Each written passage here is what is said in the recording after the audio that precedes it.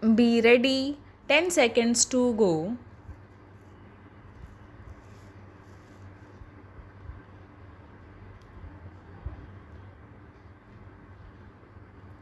Start. Madam, there was also a reference to unemployment, which I agree is a very serious problem which requires serious attention.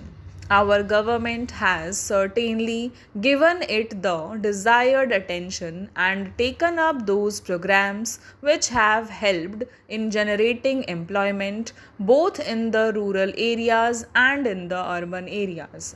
According to my friend, the number of unemployed is increasing.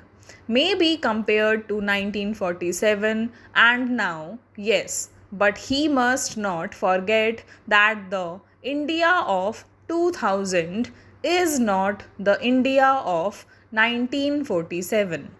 The face of India has changed. The face of our rural India has changed. Our population, madam, has more than trebled in this intervening period. If we talk in terms of pure mathematics, then the entire population of India as on 15th August 1947 has been brought above the poverty line. But what have they themselves been doing for the poor and for the unemployed both in West Bengal and in Tripura? Have unemployment and poverty vanished from West Bengal? Has it vanished in Tripura? In the case of West Bengal, it is one state in India where the economy has been most mismanaged, where employment is given, not keeping in view the deserving nature of a case, not keeping in view the social and economic plight of an individual, but whether he holds the red card of the CPI bracket M or not. The same were appointing party cadres as school teachers without any school buildings, denying employment to genuine unemployed youth because the people are more inclined towards the Congress government. These friends on the other side are becoming upset to an extent that they have refused to accept the verdict of the people. They have refused to accept the mandate given by the people to Congress party even in the latest election in Tripura. Madam, coming back to the situation which prevailed last year, it is a matter of concern that we continue to have a serious challenge posed by the fundamentalists. It is well known that they have been getting the assistance from across the border where training camps have been set up.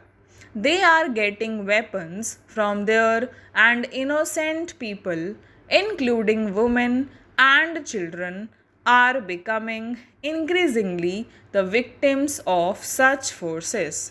We condemn this outside interference and assistance, and we should not have any reservations. Sir, the other threat which we face because of the military build up across our borders is also a threat for all of us to face. While I will dwell on it later, what I find is that friends on the other side sometimes ignore or refuse to accept that it is equally their responsibility to be one with the government on these issues, those issues which concern all of us as a nation. Last year, we have also seen the worst drought of the century, more severe than what was there in 1967. The drought affected 240 districts in the country. In some parts of Saurashtra and Rajasthan, it was for the third or fourth successive year that the drought was there. And in Bengal, Assam, and parts of Bihar do had floods. It was a great challenge, and I commend the government for having geared itself up. The government did not for a moment shy away from its responsibilities. In spite of the enormity of the challenge, the situation was met effectively. We all know with what promptness the central teams were dispatched to all the affected states to assess the damage or the loss. Timely assistance was provided to the people, particularly to the farmers. The public distribution system was strengthened. Water was made available. Essential commodities were made available, and there was no panic. In any other country, particularly in a developing country, a crisis of this magnitude would have resulted in panic. But here we commend the government for having weathered the storm, and in addition to that, for the alertness with which the counter fiscal measures have been taken and financial discipline introduced in the country to check the inflationary trend. I will not go into details about the economic achievements which have been mentioned in detail by my esteemed colleague. But may I say that this challenge of drought is certainly not over.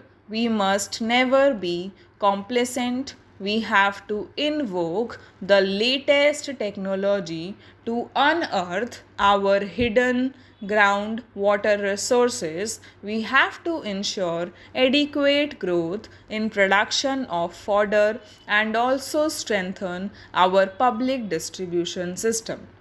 I have no doubt that the government, which has demonstrated clearly its abilities and its determination, will be able to do it. I may briefly mention about some of the very significant achievements during 1988. In spite of all challenges, we expect an industrial growth of 8 to 9%. This is commendable, and I hope our friends on the other side, though they oppose this motion, will not disagree with something which is so visible and clear. Stop